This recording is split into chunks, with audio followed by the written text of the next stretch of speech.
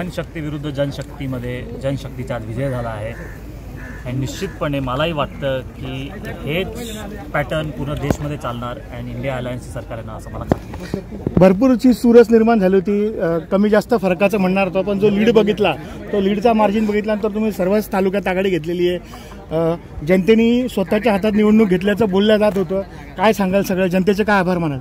खरं तर जनतेचा आभारच मानावा लागेल का जनतेने निवडणूक हातात घेतली। तुम्ही सुरुवातीपासून सांगत होतो उमेदवार असतो महत्त्वाचा, पण ही जी निवडणूक होती खास करून जनतेने हातात घेतली होती आणि जनतेचाच विजय झाला आहे आणि निश्चितपणे इंडिया आघाडीमध्ये पण जनतेचाच विजय होणार असं मला वाटतं। 10 वर्षाचा रेकॉर्ड तोडलेला आहे आपण, पुन्हा काँग्रेस पक्षाचे जे विस्मृत झाले होते ते जागरण झालेले आहे, काय सांगाल तुम्ही याच्याबद्दल? नंदुरबार लोकसभा मतदारसंघ काँग्रेसचा बालेकिल्ला राहिला होता।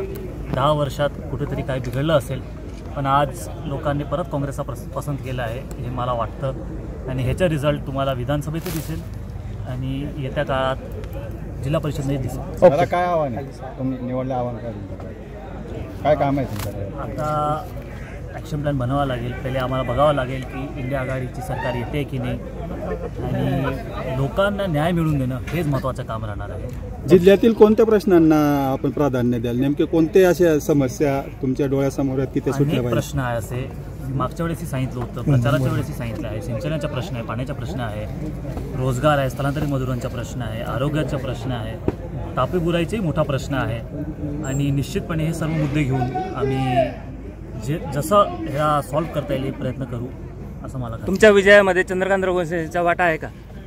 मी दुसऱ्या पक्षाचं काय बोलू शकत नाही, पण निश्चितपणे जेव्हा प्रचार करत होतो लोकांनी जो सहभाग दिला म्हणजे जे जुळत गेले निश्चितपणे त्या सर्वांची मदत झाली आहे, आशीर्वादही भेटला आहे। कोणत्या मित्रपक्षांचा? महाविकास आघाडीचेही होतं, संघटनाचेही होते आणि निश्चितपणे जे लोक जुळत गेले त्यांचाही फायदा झाला। ओके, महाविकास आघाडीच्या काही नेत्यांनी आपल्याला पाठिंबा दिला होता, त्यातले काही आपल्यासोबत होते आणि काही विखुरलेले होते, तर या सगळ्या विजयाबद्दल काय सांगाल तुम्ही? आज विजय झाला आहे तर महाविकास आघाडीमुळेच झाला आहे आणि महाविकास आघाडीचे सर्व नेते आमच्यासोबत होते, सुरुवातीपासून होते आणि शेवटपर्यंत राहणार असं।